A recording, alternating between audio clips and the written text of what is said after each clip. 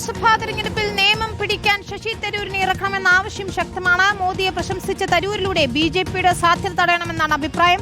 നിയമത്തെ കരുത്തിനെ നിർത്തിയില്ലെങ്കിൽ ബിജെപി ജയിക്കുമെന്നും വിലയിരുത്തലുണ്ട്.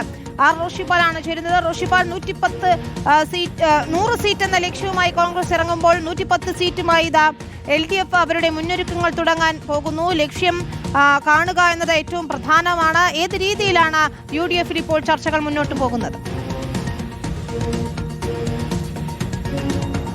വിനിത, നിയമസഭാ തെരഞ്ഞെടുപ്പിൽ ഏറ്റവും വലിയ ലക്ഷ്യം UDF-ന്. കാരണം ഈ തെരഞ്ഞെടുപ്പ് കോൺഗ്രസിനെ സംബന്ധിച്ചിടത്തോളം ജീവൻ മരണ പോരാട്ടമാണ്.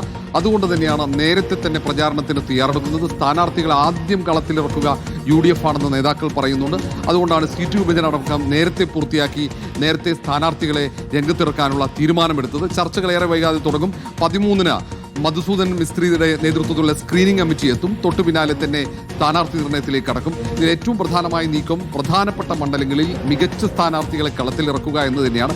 അതുകൊണ്ടാണ് നിയമം പോലെ BJPക്ക് മുന്നേറ്റമുണ്ടാകുമെന്ന സൂചനയുള്ള മണ്ഡലത്തിൽ ശശി തരൂർ അടക്കമുള്ള നേതാക്കളെ പരിഗണിക്കണമെന്ന ആവശ്യം ശക്തമാകുന്നത്. കാരണം BJPക്ക് ഒരു തരത്തിലും അക്കൗണ്ട് തുറക്കാനുള്ള സാഹചര്യം ഒരുക്കരുത്, അത് തടയാനുള്ള ശ്രമമുണ്ടാകണമെന്ന നിലപാടിലേക്ക് കോൺഗ്രസിന്റെ പ്രധാനപ്പെട്ട നേതാക്കളൊക്കെ എത്തുന്നു. ഏതായാലും വിശദമായ ചർച്ചകൾക്കൊടുവിൽ സർവേ അടക്കം നടത്തിയായിരിക്കും സ്ഥാനാർത്ഥികളെ നിശ്ചയിക്കുക. വിജയസാധ്യത മാത്രമായിരിക്കും ഈ തവണ തെരഞ്ഞെടുപ്പിൽ മാനദണ്ഡമെന്ന് നേതാക്കൾ പറയുന്നുണ്ട്. ഫെബ്രുവരി ആദ്യവാരം പ്രതിപക്ഷ നേതാവ് VD സതീശൻ നയിക്കുന്ന ജാഥയിൽ സ്ഥാനാർത്ഥികൾ അണിനിരത്താനുള്ള നീക്കമാണ് UDF-ന്റെ ഭാഗത്ത്. അങ്ങനെ ഒരു ലക്ഷ്യം വെച്ച് 100 സീറ്റ് എന്ന ആ ഒരു വലിയ ലക്ഷ്യത്തിലേക്ക് എത്താൻ പറ്റും എന്ന ആത്മവിശ്വാസത്തിലാണ് തെരഞ്ഞെടുപ്പിന് UDF സജ്ജമാകുന്നത്. ശരി, റോഷിപാലാണ് വിശദാംശങ്ങൾ.